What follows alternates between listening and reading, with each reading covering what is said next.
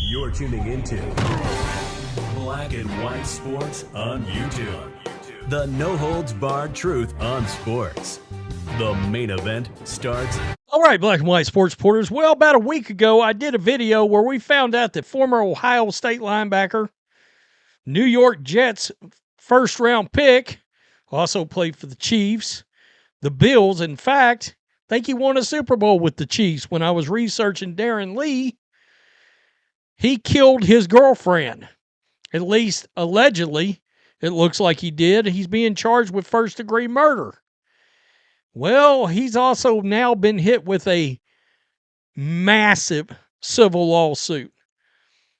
Now, I don't know how this works necessarily, if this guy's in prison forever. But nonetheless, and when I looked it up, I believe this guy only made around $10 million during his playing career, and odds are he doesn't have that left. There he is right there. That's his mugshot. The family of Gabriella Perpetorio has filed a civil lawsuit against former Ohio State and NFL linebacker Darron Lee, who faces a first-degree murder charge in her death in Tennessee. Guys, make sure you hit the subscribe button. Make sure you're still subscribed. Like button. Check out blackwhitenetwork.com for members content and merch.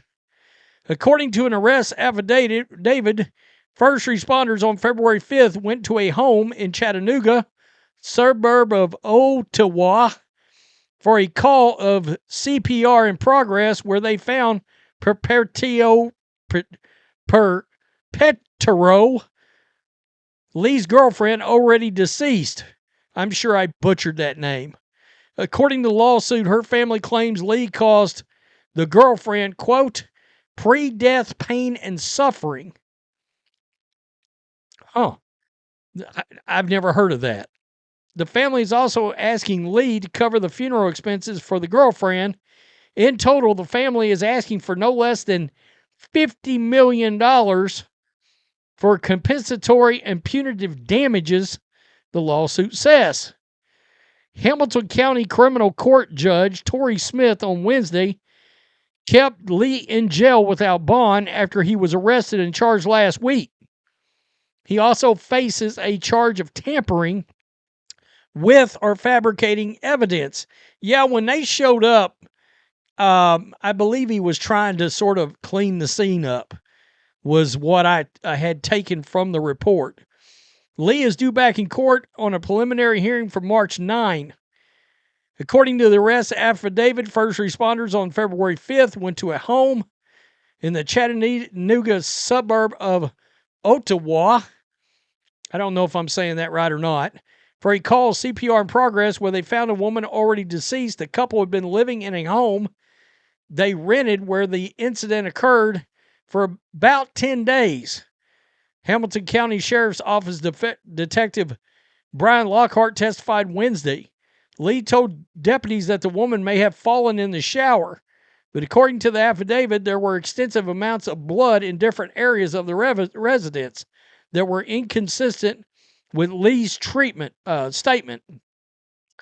Authorities carrying out a search warrant found multiple kinds of trauma to the woman's body, including a stab wound to her abdomen, an apparent human bite mark on her shoulder, a large bruise on her head, black eyes with heavy swelling, dried blood on her face, and neck. Look, I don't want to speculate here, but this sounds like he beat her to death and then stabbed her to end it or something. I mean, it's truly awful. Lockhart testified that she had severe brain injury and a broken neck. Yikes. Those two things were not included when I did this video the other day, because I did it right after the story had broke. She had more stab wounds on her legs while wearing pants without cut marks, suggesting the pants were put on afterwards. Wow. This guy's scumbag of epic proportions. Investigators found alcohol, narcotics, and a gun. The affidavit said that Lee had a facial injury, lacerations on his hands, wounds on his chest, and blood inside the case of his cell phone. Crime scene detectives also identified blood that had been attempted to clean up. Okay, that was in the original story. In addition to cleaning supplies near where the testing confirmed blood stains, but no blood was visible. Wam said Lee was on probation in Florida for aggravated assault with a deadly weapon in one county and battery in another, and on probation in Ohio for attempted batteries. None of that was in the original story. He played 58 games with the Jets, Chiefs, Buffalo, and we talked about, God, he was a defensive MVP of the Sugar Bowl in 2015. Wow.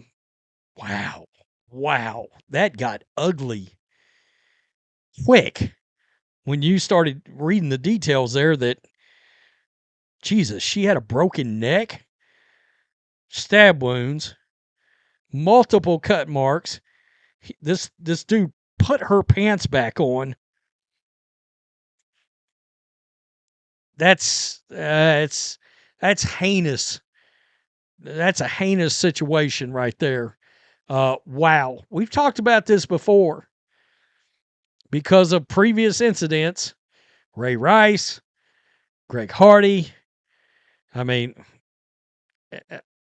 I don't know what it is about guys in the NFL, but something is wrong there. It seems like the domestic violence side of the NFL is just like, it's like a epidemic that's just running through the league. You know, we talk about the fact, okay, yeah, you got to be a little crazy to play the game. I get that, but come on now. I mean, seriously.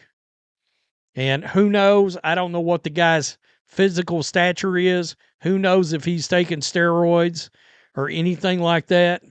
It wouldn't matter. I mean, that's about as heinous as it gets. I don't really understand how the civil lawsuit, I understand them filing it. I just don't understand how it gets paid off or who pays it off or how that works. Because my gut feeling is he'll never see the light of day again. Now, sometimes that depends on the judge and the local politics of the area, but I cannot imagine this scumbag ever seeing the light of day ever again as a free man. I just cannot, I can't fathom that. So, Jesus.